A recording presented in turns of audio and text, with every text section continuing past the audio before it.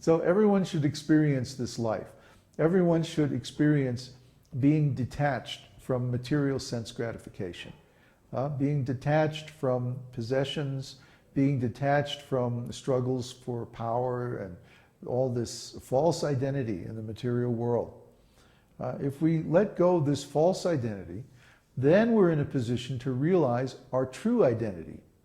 Our true identity is, I am a devotee of God. I'm a servant of God. I am a worshiper. I'm not competing with other people to try to get worship or to try to get service. No, I'm the servant. I'm the worshiper. I'm giving to God. We had a discussion about this online last night. Neville was posting, trying to understand the difference between accepting God as a father and accepting God as a son.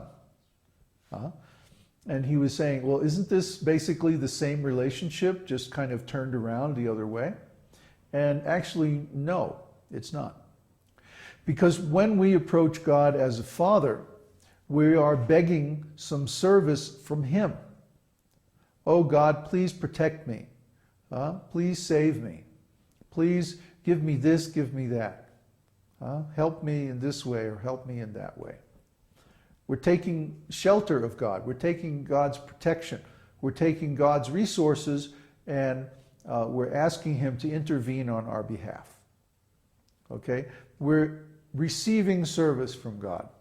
When we approach God as a father, just like when a child approaches the father and asks for something, I want a new toy, or I want, please help me in some way, or protect me in some way. The child is receiving service from the father. That's the relationship between father and child. The father is protecting and taking care of the child because the child can't protect or care for himself. So in our system of transcendental relationships, this is known as neutrality. Neutrality is when we are asking for service from God, or at least we're not giving any service to God. Maybe just lip service, prayers and honor and obeisances and stuff like that. But we're not offering any practical service. That's called neutrality. But when we actually offer service, then our real spiritual life begins. Then our actual transcendental identity is revealed. Then who am I? I'm a spirit soul. I'm already eternal.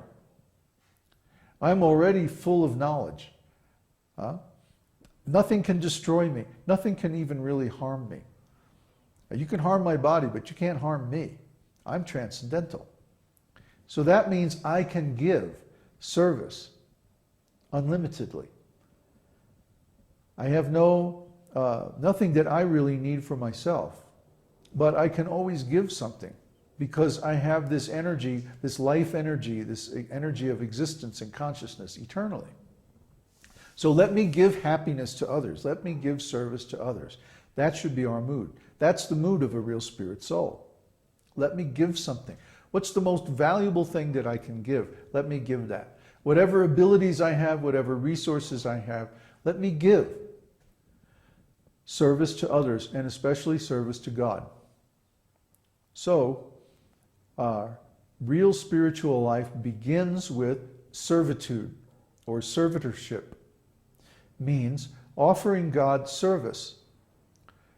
And of course, in the scriptures, there's so many guidelines for this service. We're not going to go into all that in great detail. Just the principle is that we should offer our service to God, beginning with this karma yoga. But then after servitorship, what's next? Friendship. And being a friend of God is one of the 9 processes of devotional service. Shravanam, Kirtanam, Vishnu Smaranam, Padasevanam, Dasyam, Sakyam, friendship, Atmanivedanam, surrendering everything. So being a friend of God or offering one's friendship to God is an important part of our devotional service. How do we do that? Well, what does friendship mean? I like Plato's definition. A friend is someone with whom you have a common interest, a common cause, and you share everything for the benefit of that common interest. So we naturally have a common interest with God because He's the spiritual source and we're the emanation from Him. He is our origin, our basis, our creator, our maintainer. He's our Father in one way, but in another way, He's our best friend because we should have a common interest together. And what is a common interest? To advance in spiritual life. Krishna wants us to come out of this material world and realize ourselves as a spirit soul. And that's actually our best interest also. So when we serve that interest, we're acting as a friend of God. By preaching, by teaching, by serving this esoteric teaching community and lineage, we're actually acting as a friend of God. You're more than just a servant. Because a servant will simply maybe chant and everything and perform some service in their own house very privately. But someone who's a friend of God will go out and try to recruit other people in that service as well. That's the difference. So then beyond that, there you can become a parent of God. This is called Vatsalya Rasa. Vatsalya Rasa means I take some responsibility for this service of God. Not only that I just try to engage others in His service, but I take some responsibility for that service. I make a community, or I make a sangha, or I publish some books, or I do something responsible in practical terms. And in the spiritual world, of course, there are many fathers and mothers of Krishna, and He takes all kinds of service from them, very responsible service. They're the ones who actually maintain the whole spiritual existence and make so many nice festivals for Krishna's pleasure and cook for Him and do so many services for Him. And then He manifests a form as a young boy and becomes their son. Why? Because He likes to accept their service in that mood. This is pleasure for God. It's more pleasurable for Krishna to take actually a subordinate role to His devotee than to lord it over His devotee as the supreme controller. In other words, it's more pleasurable for Krishna to be the son of the devotee than for him to be the father. Because as the father, he has to give protection, he has to give service. And as the son, he gets to receive service, he gets to receive protection from his devotee. So this is actually a completely different mood. It's a completely different status in devotional service, a much higher status than someone who thinks, oh, I'm just the son of God, and then I have to go to God for protection and like that. Yes, it's true.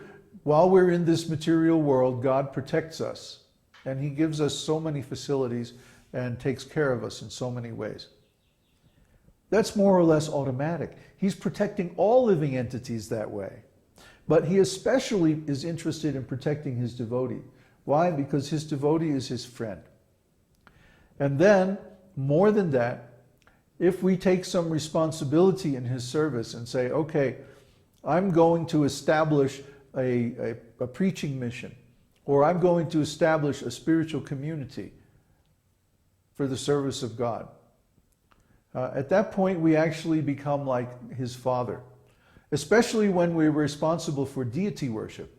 When the deity is here, we cook for Him, we put Him to bed at night, we bathe Him in the morning, we offer all kinds of different service to Him, just as if He was living here, personally, because He is. Anywhere the form of God is present, then God is there also. So you'll see next week that we'll have our deities here, and we'll be serving them very nicely with offering ceremonies of all different kinds of beautiful offerings and food and so many things to them. So this is actually taking the role of a parent, isn't it? Like if somebody's living here and we're feeding him, we're giving him clothes, we're taking care of him, entertaining him, talking to him, making sure that he has everything that he needs. It's like being a father, isn't it? Because that person becomes dependent on us.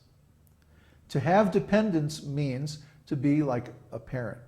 Maybe you're not actually their parent, but you're playing the role of a parent. So when we have deity worship going on, that means we're taking the role of a parent of God, because God actually becomes dependent on us for his service. So this is a higher platform of service, or a higher platform of spiritual realization, than simply serving God or even being God's friend, surrendering everything and so on.